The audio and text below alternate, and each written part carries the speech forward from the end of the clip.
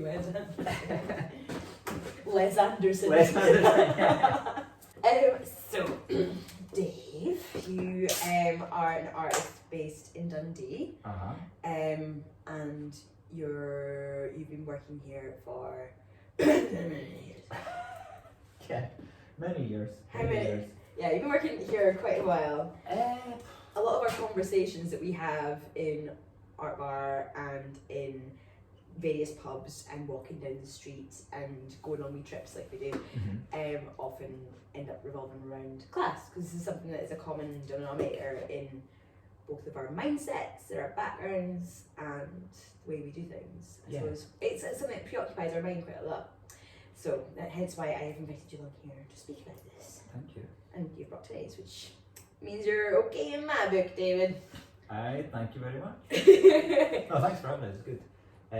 Yeah, like a lot of our conversations do kind of just revolve around class, and particularly when you do go to the art college and being from a sort of working class background, it is a bit of it's a strange place. I think it still is, maybe even more so than when I went, and certainly more so than it historically has been. But maybe that's a bit sort of rose tinted, like nostalgia for a time that I didn't live through. So maybe it was always that kind of way. But I think that for me it was great. Like, it's a great way to spend 4 years. It's brilliant, being able to just do your own thing, make stuff, and be validated, I guess, in what you're doing. Because prior to that, like, I was always creative. I was always doing things, like flyers for club night, or the club night itself, or just wee projects. Like, I think it'd be funny to make like a CD cover that's like a parody of this or that. So I've always had that kind of mindset. But then going to art college, and actually getting, it's like validate. You shouldn't really need validation, but I guess everybody does. Otherwise, I don't know why you would do anything. You want to share something with somebody, and you want their feedback on it, regardless of whether it's good or bad. I think that's what the good thing about art college is feedback on what you're doing, irrespective of whether tutors or your peers like it. As long as it's true to you, I suppose, what you're doing is honest. But yeah, I think that the class thing with in respect to art college kind of, it's a funny one, because you feel like a bit of an interloper, because you end up, it's like you're not really in with the bricks. You're kind of almost a novelty, but at the same time your own people and your own family and your own sort of like friends from when you were at school and stuff, who maybe don't, not through any fault of their own, maybe don't have as much of an understanding of the art world or whatever, or they think that it's not for them, hence the title of your great exhibition.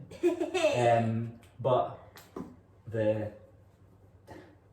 I think that you do end up feeling like a bit of a dichotomy, because you're like, oh, it's great, I'm loving going to this place, I love getting feedback on my work, and in my experience it was good. I got good feedback on the stuff that I was doing and stuff like that, but then you feel, that's why I like my work to be accessible. I don't like it to have to be veiled in symbolism or decoded, or you don't have to have an art education to get it. Like, I think something really recognisable about the I think it's like language you use. It's got to be quite literal. I don't really see the point. I think you're just being a bit of a wanker, basically, if you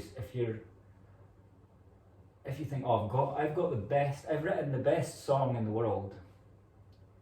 All right, that's cool. I'd love to hear it. Right, well, I'm going to translate it into a language that only me and you can speak, though. So only me and you will get. Like, who wants to do that? Like, who wants to do that artistically, or what? With it? I think that you want to do something that's very acute to you, but it's obtuse enough to appeal to, like, not the lowest common denominator, because that's not really a thing, but it's got to be broad enough. It's got to be like a name change away from, like, a love song or whatever has got to be a name change away from being about your life. But it might be about very specifically about somebody else's situation. And I think that's why I kind of like a literal instant language in like sort of parody and stuff, or using some symbols of like usually nostalgic of my past and of my upbringing and stuff like that. But I think that it makes it accessible, it makes it like recognisable to people, and I think humour as well a lot of the time in what I do is important, because I'm kind of sending the whole thing up as well. Like, I'm glad to be able to make art and stuff, and to be involved with a lot of sort of creative projects, and to have had the art school experience and stuff. I'm not like biting the hand that feeds me by any means, but I do feel that it deserves to be sent up a wee bit, Aye. for sure. It fucking does. And also, in doing that, it makes it accessible. I think in your own sort of humility, or poking fun at yourself, or poking fun at, everything about it is good, because it makes it achievable by other people. It makes it not scary. It sort of disempowers it a wee bit from being this thing that's out of their reach, is not for them. It's like, honestly, I think I'll have told you about this like at some point in our many chats, but I'll probably have told you this story about going to, like, I think it was like the MoMA in Edinburgh or something. It's the first place I've seen it, but you'll see it at loads of places. In the gift shop, there's a mug, and it's got, like, on one side of it, it's like, oh, I could have done that, and the other side is like, that's I think that actually, like, what the layman's meant to be saying. Oh, I could have done that, and the other side is contemporary artist response of like, but you didn't, and it just made me so angry. Like, I love the gift shop. I love gift shops as well, so it takes a lot to annoy me. Yes, I would usually have left with a novelty eraser or something, but it takes a lot to annoy me. But that, to me, was everything. That kind of was emblematic of everything that was wrong with it. Like, to be the answer, like, if somebody says to you, like, oh, I could have done that, my response would be like, oh, please do, like, I would like to see it. Like, I think that, because I think that that's what makes contemporary art accessible to working class people, because they'll like think, oh, it's the unmade bed. It's not that sort of, it's Tracy Emin's unmade bed. It's not. That's not the point. It's that can be like slice of life stuff can be beautiful, regardless of who it is. It's not beautiful. It's not good because she did it because she's an artist. Give me a coffee table book of people's unmade beds, and I would be like, oh yeah, gotcha. I'd be in heaven. But so I think that mug has it all wrong. Yeah, right. But it is that thing. It's such a snobby, like, arsey answer. It's such an arsey response. But you didn't. Like, what's that meant to achieve? Like, how does that engage with anybody? Why are you not saying, well, please do, I want to see it. Like, come back next week with your version of it then. Especially in a context where we've got an exclusionary art practice, or an art scene, which is so exclusionary to people who have not gone to art school, and then people like who maybe wanted to go to art school. Like, yeah. my dad wanted to go to art school, and he couldn't. He was told he couldn't go to art school, in the same way that a lot of my ancestral family of, like, my parents, my grandparents, told that they couldn't go to uni.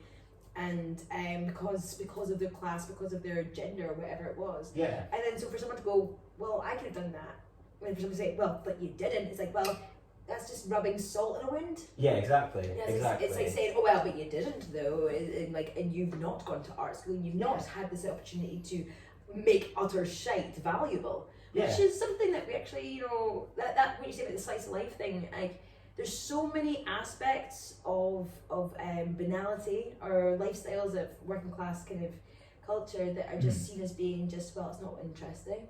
Yeah.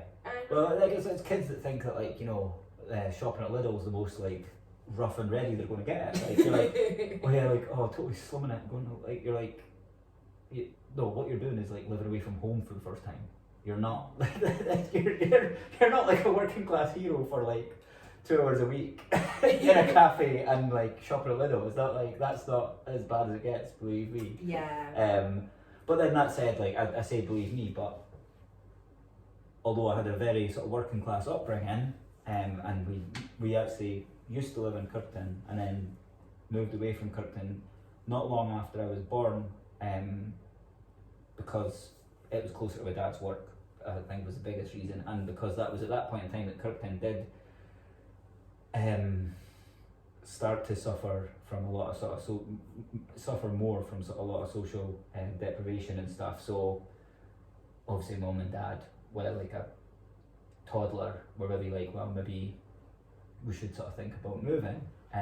So I mean, I'm not saying that I've had it the roughest. I'm not saying that I've had like a pure, really working class sort of like upbringing, like, you know, like all sharing the same bed and like cold showers or anything, and nothing like that. I don't think any of us have had that experience though since But I have worked since I was 16, but I've worked since I got a national insurance number, so I've been brought up very much with a sort of like that ethos, that sort of mentality of as soon as you can, you go out and get a job and you work and you do stuff. So I know even that plays into some of the stuff that you experience like at art college or as a postgraduate in art stuff, when somebody's going to like pay you for something, you're like, I don't know, like don't, I feel awkward, like I didn't break a sweat, like, you know, I didn't.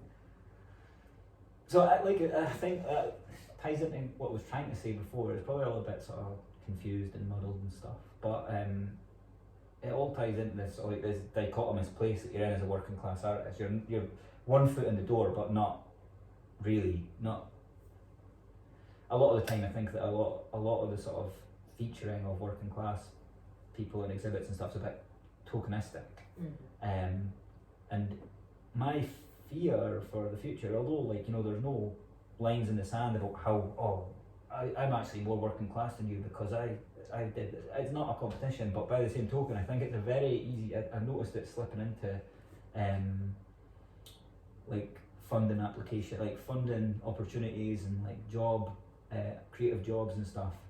The sort of fact that your class background could be seen as something that you could put on your application, to not to say that you were sort of disadvantaged or anything, but like as an additional consideration, as maybe you've not got the sort of the silver spoon, you've not got the sort of connections to usually make it in this field, and it's obviously, as we've been saying, it can be a setback to even getting to the art college or something in the first place. So I think it's great that they've identified that is also potentially that they give it extra consideration, basically. But that my fear is that it's something that's very easy to say, it's something very easy to self-identify as without any real clout behind it, which is my fear. And I think it's great. I think that the sort of additional inclusion and consideration that organisations and establishments are giving to minority groups or people who are socially disadvantaged or economically disadvantaged, that's great that they've acknowledged that. But, and I don't know, the alternative is to be starting asking for bank statements and stuff, which is obviously a place that I would never want it to have to be at. But at the same time, I think out of all of the different things that they have on the sort of list of like, particularly if you're from this background, and it's got a big list of things, I think it's easy to say working class. It's quite funny with the I've got a Lacoste shirt in the house, I think. Care and I Care Max. It's funny, but it has been. We've talked about this before. But a lot of us working class artists do talk about this. Is the appropriation of working class culture by middle class people for the purposes of making themselves look edgier. And at that point, that does become, you get that competitiveness, like, how dare you? Yeah, that's when it becomes kind of poverty tourism or something, you know, to give it a better... Well, you're dangerous, you're edgy. Yeah. I think it's more to do with the fact that it's not like earning your stripes, or it's not like you're saying, it's not a competition, it's not how hard you've had it, and, you know, I think it's just that awareness of privilege, or any awareness of privilege, is obviously a good thing, regardless of whether that was financial or racial or gender related privilege. I think being aware, as long as you're aware of that, then you're probably going to be coming from an honest place. So I think that like being unaware of that is the thing that annoys me. I don't think it's necessarily like if you're middle class and you're aware of it, like yeah, I've got pure tons of money, like didn't choose this either, pal. Fair enough. Like fair enough. Nobody chooses like by birthright what they're going to be or what family they're going to be born to. So yeah, like I'm totally like, oh well, fine. Like as long as the work's true, and that's when things. That's where the thing of, like you say, using working class sort of things to seem edgier or something, if you're from a middle class background, that's when the authenticity is lost. And to me, authenticity is important in art, so that's when you'll kind of lose me. I would, if it's like, well, is that your life experience though? In which case, I'm not really interested. If you're not telling me a true story, I'm not really that interested. That's probably more my preference on art, and obviously, as we've spoken about, my practice is quite literal and quite narrative, and to be quite autobiographical or nostalgic. So maybe it ties into that, but I think that it's the authenticity, and regardless of what that authenticity is, as long as it's as long as where you're coming from, you're like, I believe in this. I believe in this enough to like will it into being in a piece of work. Then fine. Sometimes I don't see that, but yeah, I think sometimes I don't see that. Because we don't ever talk about that though. We have never talked about that. You're absolutely like the authenticity is something that like empathy and authenticity. Like you can do if it's not authentic, it's at least got to be empathic. It's got to be a loving thing. A lot of the time it seems like it's just a piss take, or like, oh my god, that's like, it's like the pulp common people thing, as we speak about before. Like it's like, yeah, everybody does hate a tourist, especially when they think it's all such a laugh. That's the truth of it. Like, you could come at it not from it and be like, documentary makers go to like all over the place and they manage to often have a sympathetic take on it. You're not expecting them to have a lived experience of that, but they're at least sort of doing it from an empathic place to show you how hard it is or to show you how difficult it is. It's not just like, reappropriating the symbolism or elements of that culture. It'd be like, yeah, it's funny, eh? Like, that's what they do. Like, yeah, that is what we do, and it's not really funny. Like going to the bingo is not really funny. Like my mum's done it like every week, Bingo is actually an exciting place. I think I'd be a good bingo player. I've never had such thrill, like honestly, it was close to sexual excitement as I could get in a public place. It was at the Mecca. Oh, and how about Mecca? We've got the Elgin Bingo Hall. That was fine. And it's a beautiful building, and it's really nice in there, and everyone hates you if you win big. They like really hate you, and I love it. Is it the Dens Road Market used to have bingo in it whenever I used to go into it with my mum or my gran? They used to have it, but it was over the internal PA. So like a 1980s PA system that was probably already 30 years old then. Pretty tinny, pretty bad audio quality, but then the bingo numbers are getting called constantly, like honestly, constantly, and it's obviously like a really Dundonian guy or whatever calling it. Honestly, it sounded to me as a kid, it sounded like another language.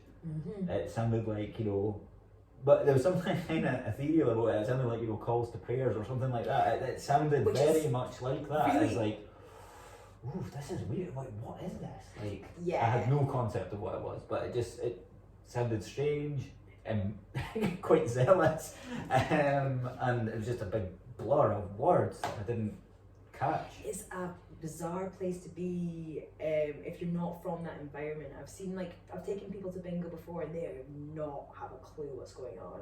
Like, my granny was Granny Bingo. She was amazing. I actually called her Granny Bingo, and that was actually mentioned in her funeral. It was like, she was nicknamed Granny Bingo by one of her grandchildren. I'm like, it was me. You should bring this humble. Oh, it was so exciting. And they should have been the last time should have been BINGO. And our neighbours carry bingo. Bingo. Oh, classic. That's a classic tune. We need to get that one back on the go. I might have to start doing like civil ceremonies or something. I'd be good at that. Yeah, I considered it for a while. That'd be great, but I think I would just get really sick of watching people get married. Maybe. I like your happiness. But yeah, bingo is like an amazing place, and it is a really good, exciting night. But it is tarnished by this other like lens from conventional society of being some sort of cheap and tacky thing that only old women go to, and it's like it's actually our version of American casinos. And that's what we have here. Is like, well, I'm sure there is casinos. Obviously, there's casinos. Yeah. But we got the OG casino with a bingo. Oh yeah, the bingo. It's the aspirational thing, isn't it? It's the lottery win. It's the like, it's the what would you do with that amount of money? But it's not unless you're in the national. But that's when all the bingo halls. For those at home, that's when all the bingo halls link up for one big game. That's the national. That is a like perspective all the meccas and stuff like that. I think that's what the national is. I think that's like it's national. I think it's all the bingo halls in the UK like some way are like. Is that what it is? That sounds like it'd be technologically impossible for the amount of time that bingo's been on. And that's my understanding. That's how it's been explained to me. See, if you can do that, then what else could bingo achieve? Imagine if you got all the grannies together under one roof doing one thing, all with a shared common goal. There's some like spiritual shit in there. Yeah, I mean... It is called Mecca. I know, I was about to say, it's not probably no coincidence that, you know... and I think there was a documentary about it a couple of years ago, particularly about Dundee bingo halls. I remember seeing it. I think it was on Vimeo and stuff up till relatively recently, because I watched it on that, and it was all about the sort of like little Lucky Charms and stuff that all these like older like working class ladies and stuff take to the bingo, and ritualistic sort of stuff that they do prior to going and stuff like that they sort of swear by, despite presumably never having like had a life-changing amount of money because they're still going. Yeah. But yeah, no. There's probably something in that. I want to find out what the national is. So we've determined that the national is in fact... Yeah, it is actually a link-up game between licensed bingo halls, as was told to me by my mum. So I'm thinking, I know this is a slight detour from the topic of class and about working class. Oh, we get another project on the go. this is always, oh yeah, we'll do this. This is great. Like, okay. We do have projects that we need to actually complete and do in action. Yeah, but no, this is good. It's like patent. You know what I mean? You've stuck a patent in somewhere so that you can just get really annoyed when you see somebody else doing it. Yes! I had that idea like 10 years ago. We spoke about that. I could have done that. Yeah, like, well, you didn't. Like, I know, it's because I'm... it's not to do with my class, it's much more to do with the fact that I skip the hours. I procrastinate. Yeah. But this is the idea that if all these strong older women are going to one place and having a focused intention of a creating abundance, and it's such a massive like spiritual moment of all that energies coming together under like this whole shared perspective of what these women are trying to do. There's a huge amount of energy in that that could be used in some... I might try and do some sort of magic. I don't even know how they did it in the past. Like, you know, was it like just a guy on the phone just saying these are the numbers from the main hall? Like, where's the main hall? Yeah, where's someplace Big quite HQ? central. It must be like, what, Midlands someplace? Maybe it must be Midlands. So that it's equal, like equidistant between like Aberdeen or like and all connected. London. That's unbelievable. I don't know. That's impressive. I mean, I want to find out more about this national. Like, who runs it? Who's running the show? It's the Illuminati. Didn't say that. Mum's sure. Just installed that app on my mum's phone for the Illuminati app. She's doing the Masons. Oh. No, it's the Mecca app. God. It's like a app. virtual card, Charis. Like, she got on her Samsung now, so she's alright. I remember like being like 18 and being like you know, alternative, edgy kid playing in bands and stuff. Well, not 18, I was a little bit younger than that. So I'm saying at 18 I was pregnant, but I'd be a little bit younger, and my pals were like, let's just go to the bingo. And even though we were edgy kids that went to Aberdeen at times, we go to Mishulu and wear alternative clothes. No, I was thinking about cult. I was thinking about cult clothing in Edinburgh. Yeah. That was like the place that you're speaking about. Yeah. Like pure mosher place. Mosher, yeah.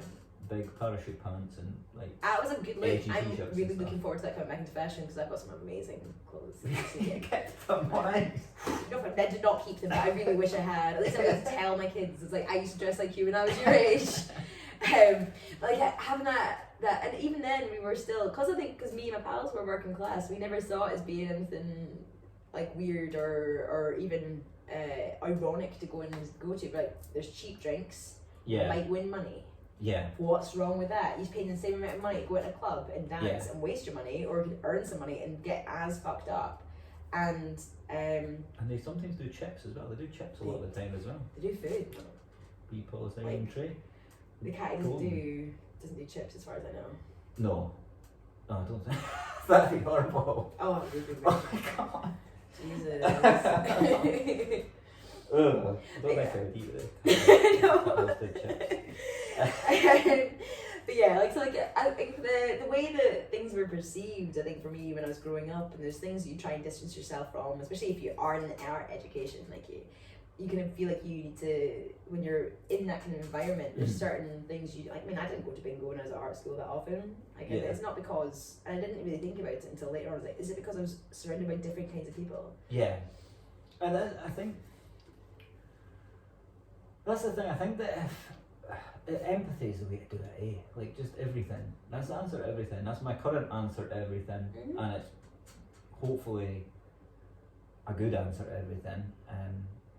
Like, understand where everybody else is coming from, and be respectful of that, and be like sort of understanding of that as much as you can be. Like, you know, it's not like, oh, I know exactly how you feel. It's like, I think I know where you're coming from because I've had a similar-ish experience. Is that relatable to you? That's the way to think about these things, rather than in such binary terms of like, oh well. But otherwise, everything that you're given is sympathy, or artistically anyway. Everything else that you're doing is like a sympathy piece or a parody, rather than from a place of actual caring. Like, it's like, oh, sorry to hear that. Like, cool. I feel a wee bit unsatisfied with that, but yeah, no, I think that like it was because you were surrounded by different people that you stopped doing that and stuff like that, and I think that's fine though as well. Obviously, that's fine. It's just you're just doing your thing for whatever length of time you're in that boat for a while, so you know, sail it or whatever. But I think that it is quite odd being from that kind of background, and but I think I've spoken to you about the academia, even from like sort of school age and stuff like that, and primary school, even going to primary school, particularly in secondary school and stuff like that, being kind of smart and from that kind of background is a bit of a weird place to be, because all my pals were like the total, not like the roughest kids, but they're the ones that had the most fun, like kicking about with. Like, I wouldn't really want to kick about with anybody from the chess club or something like that. So you're in a funny place, and I've been in a funny place since primary school, where I don't know, your family, your mum and dad and stuff, as working class people, that I've identified you as being smart from a young age, like, and that's all to do with, that's all on them, that's all on nurture in the first place, that's all on them and my older siblings and stuff, and just my position in the family. That was luck. That was all the fact that I was having to relate to people at various ages of, at various points in their life, through various situations and stuff like that. That obviously had a big sort of developmental effect on me, and that's like something that's psychology always says, that the sort of the baby of the family does usually end up being quite sort of maybe an empathic person, or kind of further developmentally advanced than another position in the family. So yeah, I'm lucky. That was luck. That was the luck of the draw, being the baby of the family. But anyway, they identified me as being smart. They were like, oh, you know, in the back of their head, probably like, oh, he's gonna like go far, like their dream was like an accountant or something like that. You know, that's kind of the thing that they would see as being like, you've made it because you're making the big bucks. And so they were like totally supportive of that. But yeah, I didn't do that, obviously. And then you go to school and your pals are all the sort of like the rough kids that you like kicking about with, and just like, oh, did you see the film on ITV on Saturday, like, you know, and reenacting film scenes and like kicking about the playground with them. Not football, that didn't really feature that much in my development because my dad wasn't really into it, so I don't think that it was like something that, I know that it's a really big part of a lot of like maybe like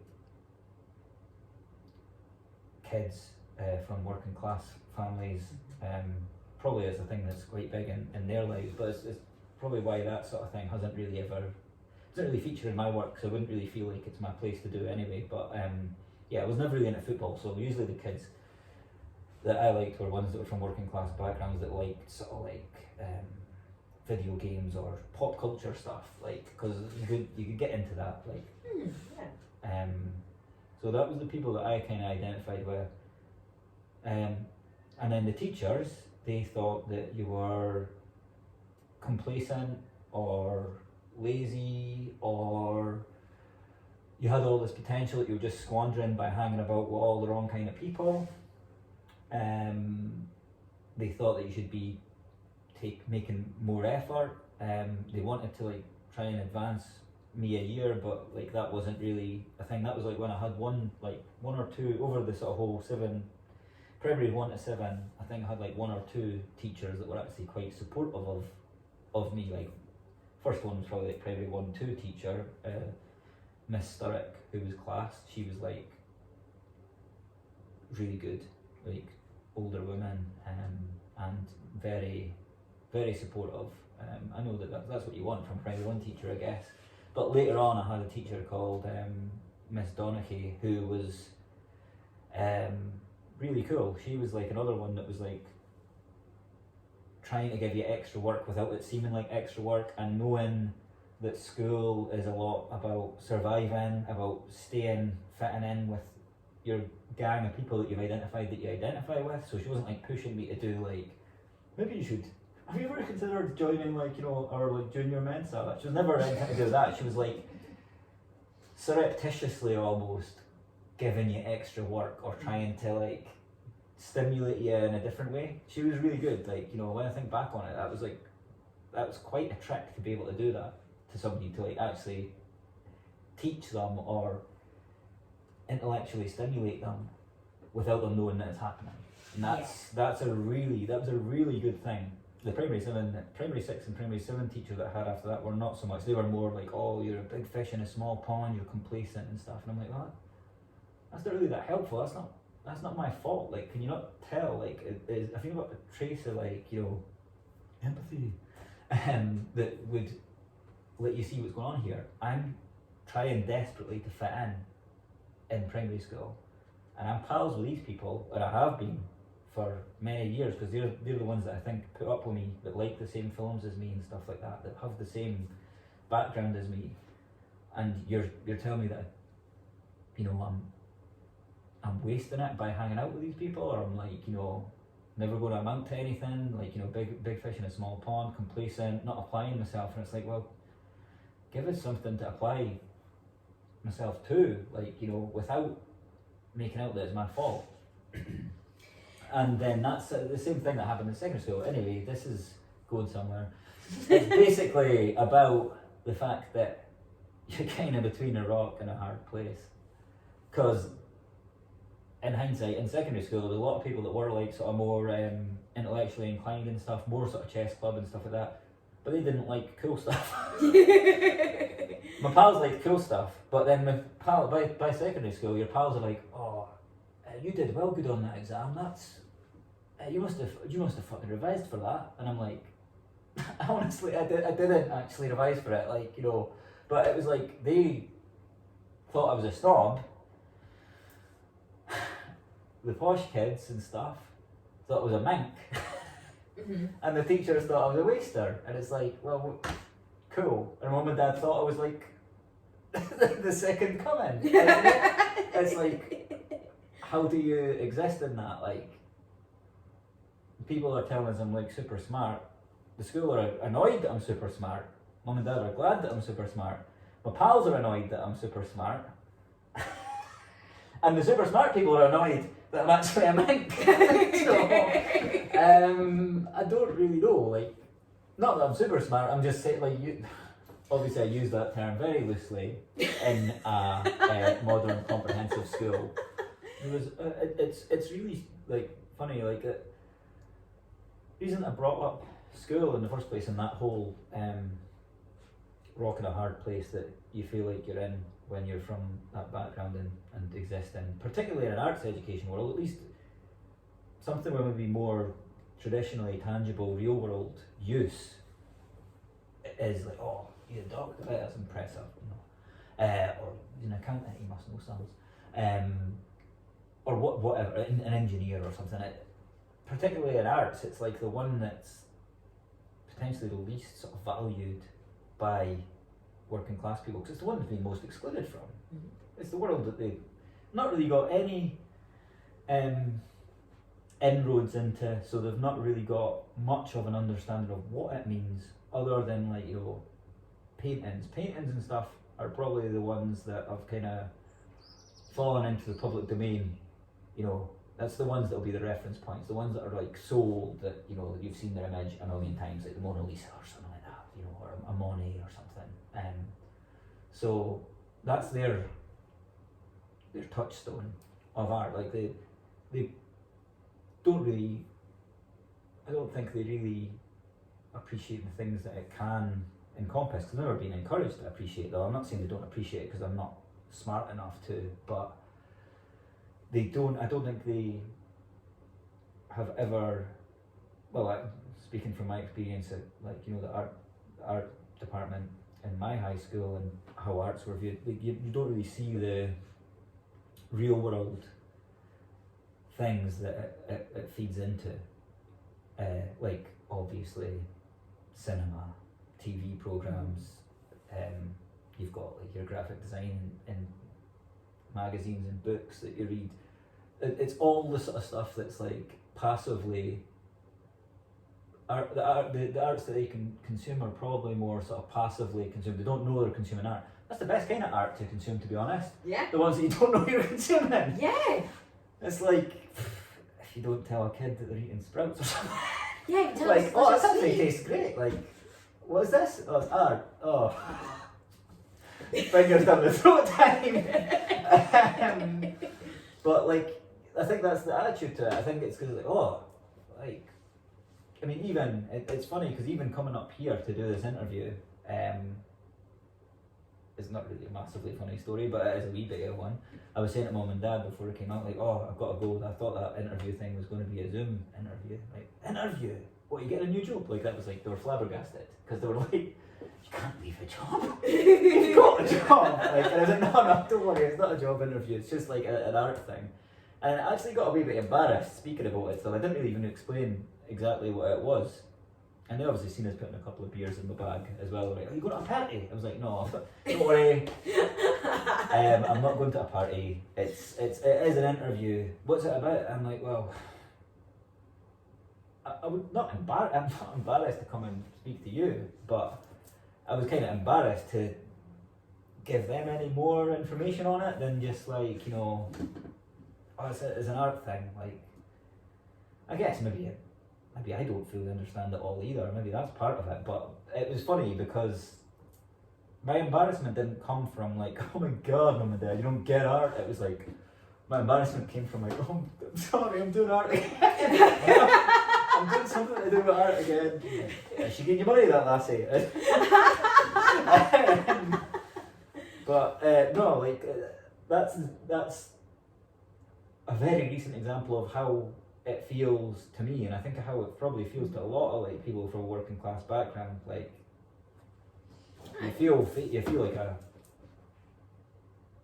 intruder into a world that isn't for you. Even when it does welcome you in, it kind of feels a bit like, sometimes it can feel tokenistic, or it feels like making up numbers, or it feels like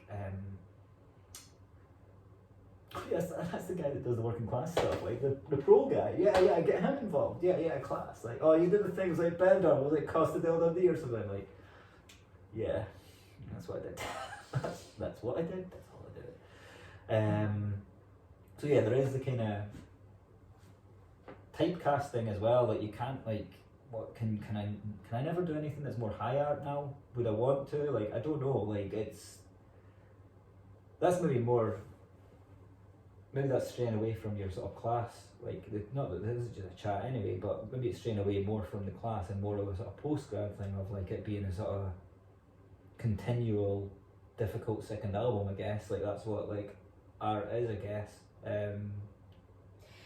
In my eyes, it's kind of like, right, well, some people are saying to do more of that stuff. Some people are saying like, oh, that again, roll eyes, like, can you just shut up about that? And you're like, I don't know where,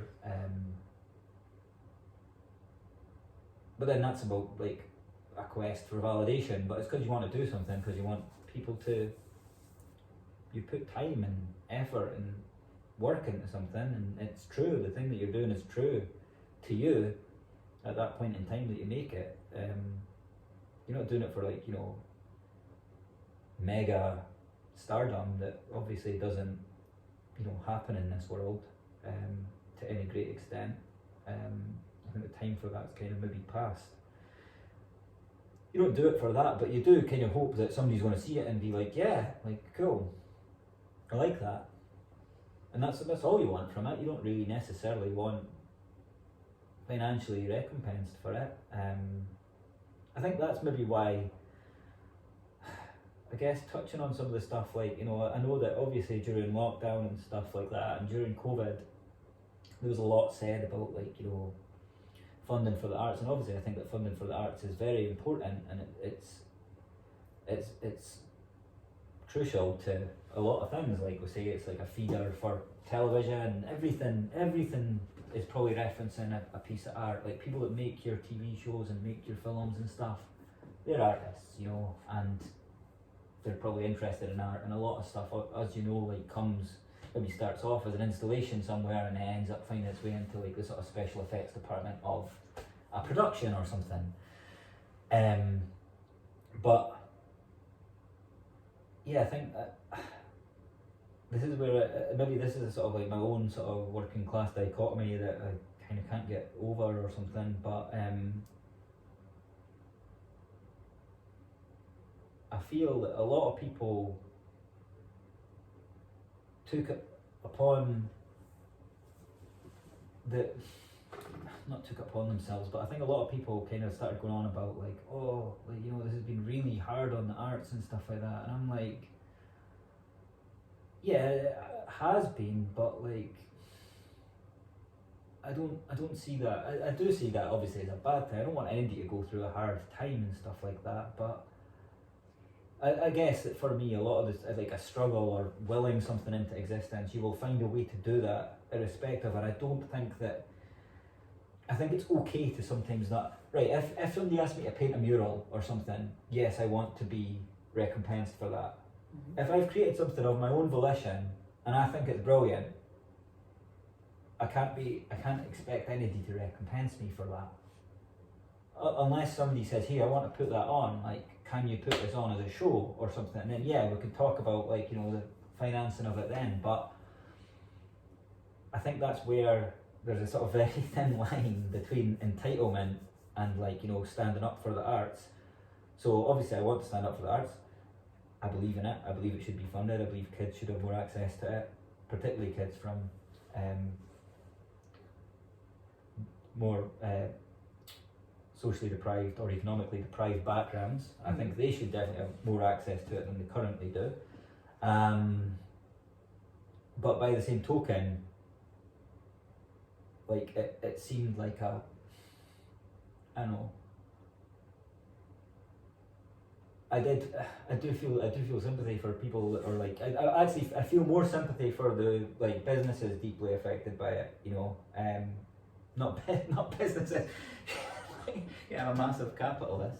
Yeah.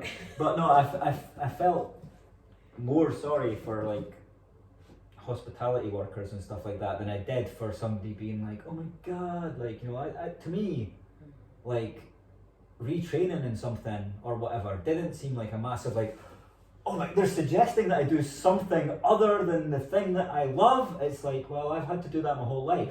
Yes, like, yes. I know it sounds like I'm just paraphrasing a Tory thing with like a ballerina tying on a shoe and like, oh yeah, go and do engineering or something. No, that's not what I'm saying, but you know the thing that I find the most sort of curious about it all is the fact that the music world doesn't have that. People play shitty gigs forever in the music world. People love doing it. People love getting down, like putting on a gig, getting up there, no money. Sometimes they've paid to play.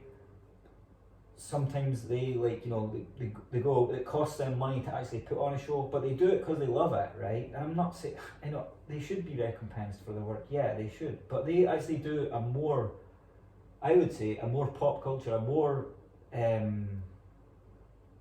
mass consumable form of art, yet they aren't like greeting about it to the same extent that people are about visual or contemporary arts. And I'm like, yeah, I have sympathy for it because I think you're pretty well aware that I'm very supportive of the arts in general, but There's other people to support during this time as well. I think that the entitlement of thinking that like, and I think that that's something that maybe the art school kind of maybe gears you up in the wrong way for, or any kind of formal art, not that particular art school, but an art school in general probably gears you up for thinking that it's going to be financially viable. All you need to do is have a social media channel and like update a website sometimes and stuff like that. And that's not, of all the people that graduate from that school, not every one of them is going to be able to like sustain themselves purely on doing their art, and to me that's not a bad thing. I think that doing something where you've got to interact with people of all walks of life, like, you know, which probably is a public facing job of some kind, which probably puts it on the sort of like lower paid end of the spectrum for the most part, I would say. I don't think that's a bad thing. I think that's quite a grounding thing. I genuinely think that's something that I would want to keep regardless of, like, if I did win the national. I think that it's something that I would want to keep. I think I would want to keep a hand in, be like, well, no, I want to like have a finger on the pulse, like the actual pulse, the pulse that like keeps things moving, the pulse that like, to me, the pulse to me that matters are people that are just like cutting about, living their life, not like a closed bubble of people thinking they should, like, or thinking they're hard done by, like, when they're probably really not. Like, one of my favourite artists, like, musically, is like, you know, a Swedish sort of indie pop guy, and like his sister did his t-shirts and stuff, and she, like, you know, on his website and stuff, he'd be like, oh yeah, thanks for buying my t-shirts, guys, like, you know, it means, like, you know,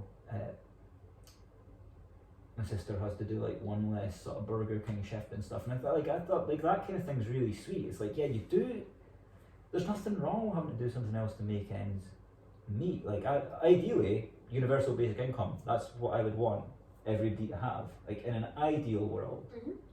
But until that happens, like, you know, I think there's a lot of things that are a higher priority to than that. I think that it's entitlement to sort of like, when you look at everything else that's happening to people, you know, like entirely reliant on food banks, like people throwing themselves off the bridge because they don't feel they could support their family, or through isolation and stuff like that. there's so many things going on that it's not a competition of like, oh, how bad it is for you. Like we've said, it's not a competition, but at the same time, at least have a wee bit of perspective about. I don't think that it's a bad thing to have to do something else to support doing art. If your message is good enough, if your message is true enough, and it needs to come out of you, it will come out of you. It'll come out of you at the end of a 10-hour shift because you're like, right, I'm going to scribble this down on biro while I'm working and stuff like that. Or you'll find a way of making it work. You don't need massive amounts of facilities. You don't need massive amounts of equipment. Oh, no. That's the thing that makes us better at it than the layman from the mug before. The thing is, oh, I'm an artist.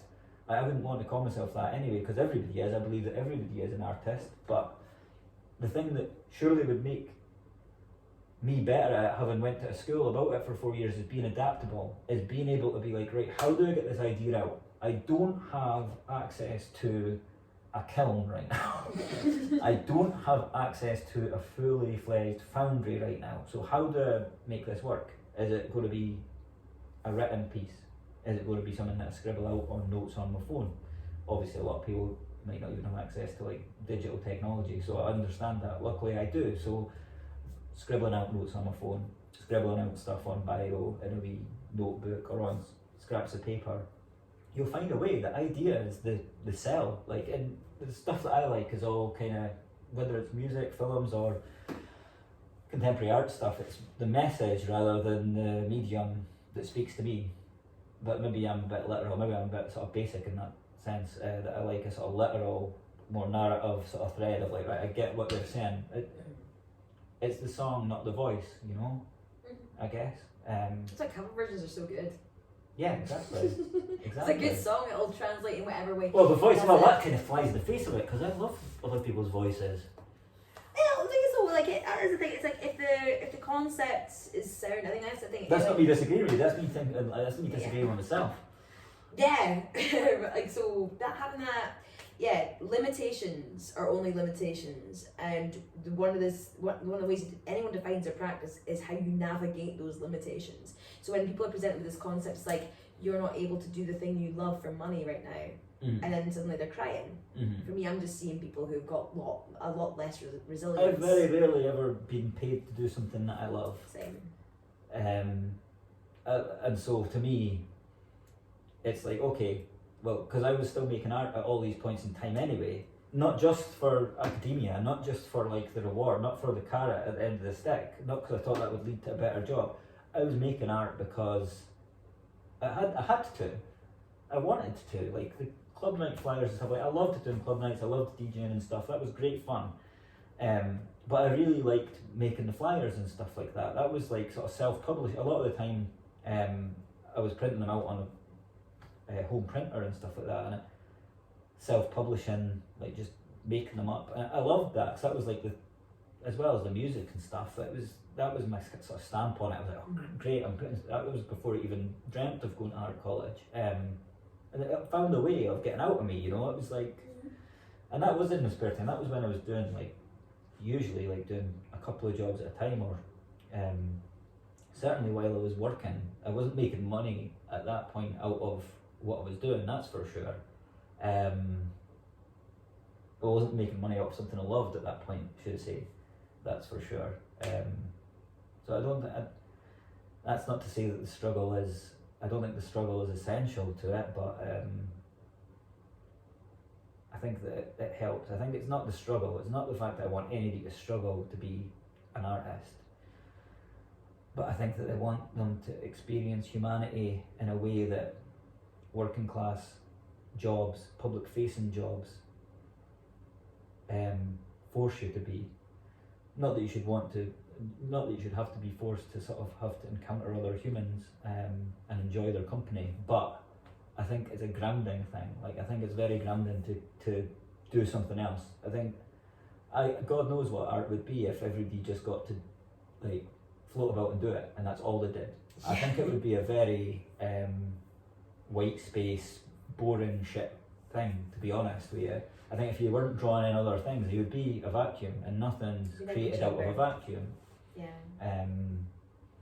So I think that it's a grounding thing. It's a constant source of inspiration for me. And I think like that's why lockdown's been quite hard for me as well, because it's been, I do like spending time with people, I do like observing other people, I do like speaking to other people, like just, even if I'm not speaking or if I'm not involved in a conversation, just like being in a pub and people cutting about around me, and like, you know, dip in whenever you want, whenever you feel like you don't want to, just go and like chill out or whatever.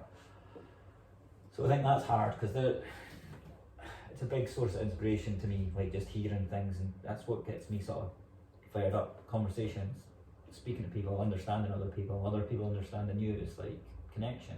And I think you maybe could become quite disconnected if you didn't have that, and all you had was like a bunch of loads of other people telling you you're good because they want you to tell you they're good in the future when it comes to their thing. You know, I don't want to like cite like Emperor's New Clothes stuff, because that obviously gets bandied around a lot about like contemporary art stuff. Like, oh, that's just nothing though. Like, yeah, no, I don't believe that it's nothing though, but I don't believe that anybody should be presenting it as more important than anything anybody else does. That's the problem. Like, that's why I've beef with self-describing an artist, because I think that everybody is an artist. At least if you are an artist, at least be good at it. If you are an artist, at least, I don't mean good in it and like you sort of get technically good at it or that, but be responsible about it, like be inclusive about it, be empathic about it, because that's, you know, not that it's not what you're getting paid for, but it's what you're sort of claiming that you are. It's what you're saying, I'm an artist. Like, you know, don't use it as something to beat somebody else up with. Like, everybody's an artist, like, and that's important to me. Everybody is, whether they're a good storyteller, whether they are good at a more sort of traditional art, whether they do cross stick. I don't care. Everybody is an artist. They just don't have, maybe they don't have the academic grounding to spin it into a project. They don't have the mindset to write a bit of A4 about it, to basically validate it. It doesn't need to be validated. What they do doesn't need to be validated. You doing something and, oh, because I'm an artist, that's what? Like, it's not what you can get away with. It's like, you should be, yeah, you should just be doing stuff responsibly. You should be doing stuff empathically. You should be, you know, not full of yourself because you're doing it, because everybody can do it. So try and include everybody if you can. Try and, whether not like, you know, whether that's figuratively or literally, if you can include everybody literally, then great, but at least don't enshrine your message in like philosophy, or like enshrine your message in some like symbolism that only somebody that studied that thing will get. Like, you know, you've done 4 years at this, you should be the one that's the translator. Stay cool. Stay empathic. Stay empathic, thank you.